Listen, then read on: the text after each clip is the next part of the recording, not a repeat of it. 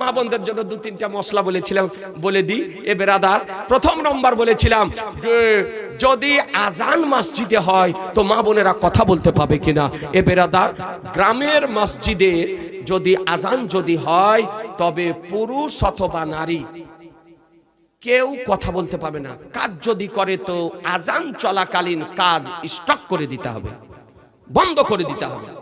মা বোনেরা যদি ঝাড়ু লাগায় তো ঝাড়ু লাগা বন্ধ করে দিতে হবে। থাল বাসন যদি মাজে তো থাল বাসন মাজা বন্ধ করে দিতে হবে। দিয়ে কি করতে হবে, পুরুষেরা যদি কোনো কাজ করে ওই আজানের সময়টুকু কাজ বন্ধ করে দিতে হবে এবং আপনি কোনো কথা বলতে পাবেন না, কোনো কথা বলতে পাবেন না।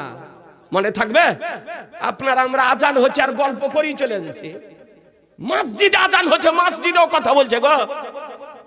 এত জালসা শোনার পর সংশোধন হয় না। মানুষ মশলা শোনে না, মশলা জানে না। আর আজকাল আপনার মশলা বসাইল তো বলারই আপনার সময় নাই। আপনার এমন বক্তা লিয়ে আসলো যে না তার গজাল গাইতে গাইতে আপনার 12টা একটা বাজিয়ে দিল, আর 12টাতে একটা মুফতিকে লিয়ে আসলো, তখন 10টা না হলে 20টা মানুষ। এই তো হচ্ছে অবস্থা। আপনাদেরকে বলবো যে কথা বলতে পাবেন না, কাজ করতে পাবেন না, ওই আজানের সময় একদম চুপচাপ সব বন্ধ করে দেন আর মসজিদের আজান শোনেন আর আজানের উত্তর দেন, আজানের উত্তর দেন। আর যখন নাবির নাম উচ্চারণ করবে তো প্রথমবার শোনার পর বলবেন সাল্লাল্লাহু আলাইকা ইয়া রাসূলুল্লাহ।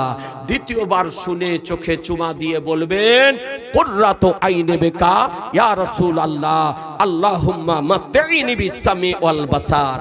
তারপরে আজান শেষ হবে, আজানের উত্তর দিবেন। আজানের শেষ হওয়ার পর নাবির ওপরে দারুদ ও সালাম পড়বেন। দারুদ ও সালাম পড়ে ওসিলার দোয়াটা করবেন, যেটা বুখারী শরীফে বর্ণিত হয়েছে। হাত উঠিয়ে দোয়া করবেন আল্লাহুম্মা রাব্বা হাযিহি দাওয়াতি তাম্মাতি ওয়াস সালাতিল কায়িমা। এই যে দোয়াটা আছে না, এই দোয়াটা করবেন। দিয়ে শেষে বিহাক্কে লা ইলাহা ইল্লাল্লাহু মুহাম্মাদুর রাসূলুল্লাহ বলে চেহারার উপরে বলিয়ে নেবেন। এ বেরাদারান ইসলাম, তারপরে আপনি কাজ করতে পারেন, তারপরে মা বোনেরা ঝাড়ু দিতে পারে, তারপরে আপনার বাসনপত্র মাজতে পারে, আর তারপরে বাড়িতে নির্জন জায়গাতে মা বোনেরা নামাজ পড়বে। আর আপনারা ওযু করে মসজিদে গিয়ে জামাত সহকারে নামাজ পড়ে এসে আবার কাজ করবেন। বলুন ইনশাল্লাহ। এই জোরে বলুন না ইনশাল্লাহ। মশলা বুঝা গেল যে আজান চলার সময় পুরুষেরাও কাজ করতে পাবে না, কথা বলতে পাবে না, আর মহিলারাও কথা বলতে পাবে না, মহিলারাও কাজ করতে পাবে না। মা বোনেরা ভালো করে শুনে যান, আঁচলে বেঁধে নিয়ে যান। বহু মহিলাকে দেখছে দিকে আজান হচ্ছে আর ঝগড়ার জোর কত গো। আরে বাবা রে বাবা, রুখ দিয়ে বললে রোখে না। মা বোনদেরকে বলবো, অনুরোধ করে বলছি, মা আজানের সময় কথা বলিয়েন না, কথা বলিয়েন না, আজানের উত্তর দেন, নবীর নাম শুনে চোখে চুমা দেন। আজানের সময় কথা বলা বিরাট পাপ, বিরাট পাপ। আজানের জবাব দেন। দ্বিতীয় মশলা বলেছি যে একজন মহিলা ওযু করার পর বাচ্চাকে যদি দুগ্ধ পান করায় তো তাতে ওযু নষ্ট হবে না, ওযু নষ্ট হবে না। বাচ্চাকে দুগ্ধ পান করানোর পর নামাজও পড়তে পারে, কোরআনে পাকও আপনার তেলাওয়াত করতে পারে, তাতে কোনো অসুবিধা নেই। অনেক মহিলা মনে করে ওযু করার পর মাথার কাপড় যদি সরে যদি যায় তো ওযু ভেঙে যায়।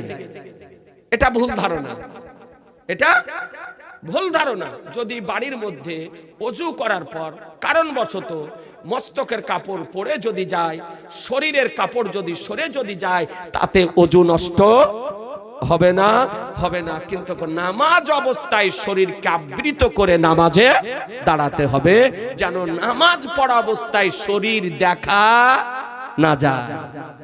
মশলা বুঝা গেল? জি। তৃতীয় নাম্বার, মা বোনদেরকে বলি, মা বোনেরা সিটি গোল্ডের চুড়ি পরিধান করা মহিলাদের জন্য হারাম, পরিধান করা যাবে না। যদি সিটি গোল্ডের চুড়ি পরিধান করে নামাজ যদি পড়েন তো সেই নামাজ হবে মাকরু তাহারিমি। ওই নামাজকে আবার দ্বিতীয়বার আদায় করতে হবে। সুতরাং সিটি গোল্ডের চুড়ি পরিধান করা যাবে না, যাবে না, যাবে না। কারো হাতে যদি থাকে খুলে ফেলবেন। সোনার চুড়ি যদি থাকে পরিধান করবেন, চাঁদির যদি চুড়ি থাকে পরিধান করবেন, অথবা প্লাস্টিকের চুড়ি বা পলা পরিধান করবেন, না হলে কাঁচের চুড়ি বা পলা পরিধান করবেন। কিন্তু লোহা, তামা, পিতল এই সিটি গোল্ডের চুড়ি পরিধান করবেন না। যে সমস্ত মা বোনদের হাতে আছে আপনি সকালেই খুলে ফেলবেন, আর পারলে জালসা থেকে গিয়েই খুলে ফেলবেন, আর পারলে এখনই খুলে ফেলেন। জি, এখনই খুলে ফেলেন। যতক্ষণ পরিধান করে থাকবেন ততক্ষণ পাপ হবে, পাপ। সিটি গোল্ডের চুড়ি পরিধান করা জায়েজ নয়। যদি সোনা চাঁদির অলংকার না থাকে, চুড়ি না থাকে, প্লাস্টিকের, কাঁচের চুড়ি পলা কিনে আপনি পরিধান করুন। মা বোনদের জন্য অলংকার পরিধান করা মুস্তাহাব। মা বোনদের জন্য অলংকার পরিধান করা মুস্তাহাব। অলংকার পরিধান করলে তাদের সৌন্দর্যটা বৃদ্ধি পায়। সর্বপ্রথম পৃথিবীতে ইব্রাহিম আলাইহিস সালামের দ্বিতীয় সহধর্মিনী অর্ধাঙ্গিনী বিবি হযরত হাজেরা রাদিয়াল্লাহু তাআলা আনহা অলংকার পরিধান করেছিলেন। মনে থাকবে না? মা হাজেরা রাদিয়াল্লাহু তাআলা আনহার সুন্নাত হলো মহিলাদের জন্য অলংকার পরিধান করা। কোন মহিলা যদি অলংকার পরিধান না করে তাতে পাপ হবে না, কিন্তু পরা হলো ভালো, তাতে সৌন্দর্য বৃদ্ধি পায়। কথাটা বুঝতে পারলেন এ বেরাদার? সুতরাং মা বোনদেরকে বলবো, মা বোনেরা সোনার অলংকার পরিধান করেন, চাঁদির অলংকার পরিধান করেন। আর চুড়ি গুলো তো মা বোনেরা অধিকাংশ কমই পরে, আপনার বানিয়ে আলমারিতে ভরে রাখেন নাকি গো? কবে কার বাড়িতে অনুষ্ঠান হবে সেদিনকে বের করবে। ও আপনার বাউটি বলেন, আর চুড়ি বলেন, আর পলা বলেন, তৈরি করে আলমারিতে ভরে রেখে দিল। কবে কার বাড়িতে বিয়ে হবে, কবে কার বাড়িতে মুসলমানি হবে, কবে বিহাইয়ের বাড়ি যাবে, কবে বিহানকে দেখতে যাবে, কবে বৌমাকে দেখতে যাবে, সেদিন হাতে দিয়া ও আপনার যাবে। তো মা বোনদেরকে বলবো, অত কষ্ট করিয়েন না। কষ্ট করে বানিয়েছেন হাতে দেওয়ার জন্য, 12 মাস চুটিয়া হাতে দেন না। কি বলছেন? কার জন্য রাখছেন? ওই বাউটি আউটি আপনি পলা তৈরি করে বাক্সে ভরে যাবেন, লাশ পড়েই থাকবে। আপনার বাউটি লিয়া বেটার বহু আর বিটিতে দৌড়াদৌড়ি করবে, ভাগ বাটরা আপনার করবে। জি, মার চুরি নিয়ে আর বাউটি নিয়ে আপনার ভাই বলে কত জায়গাতে মারপিট হয়েছে। তুই আমাকে এটা দে, তুই আমাকে এটা দে, কত জায়গাতে আপনার হচ্ছে। ব্রাদার আল ইসলাম, তো মা বোনদেরকে বলবো, বানিয়ে যদি রাখেন 12 মাস হাতে দেন, মালাও পরেন, ঘরে ভরে রাখিয়েন না। আর যদি আপনার সোনার চুড়ি, চাঁদির চুড়ি না থাকে, আপনি প্লাস্টিক, কাঁচ এর পলা চুড়ি কিনে আপনার পরে আপনারাও কোনোদিন কিনে দিয়েন না। এই সিটি গোল্ডের চুড়ি, আপনার লোহা, তামার, পিতলের চুড়ি আপনারাও কিনে দিয়েন না। আর মা বোনেরা, আপনারা আর একটা কথা বলে দিই মা বোনদেরকে, মা বোনেরা ভালো করে আর একটা শুনেলেন। চুড়ির কথা যখন বললাম তার একটা কথা মনেই পড়ে গেল।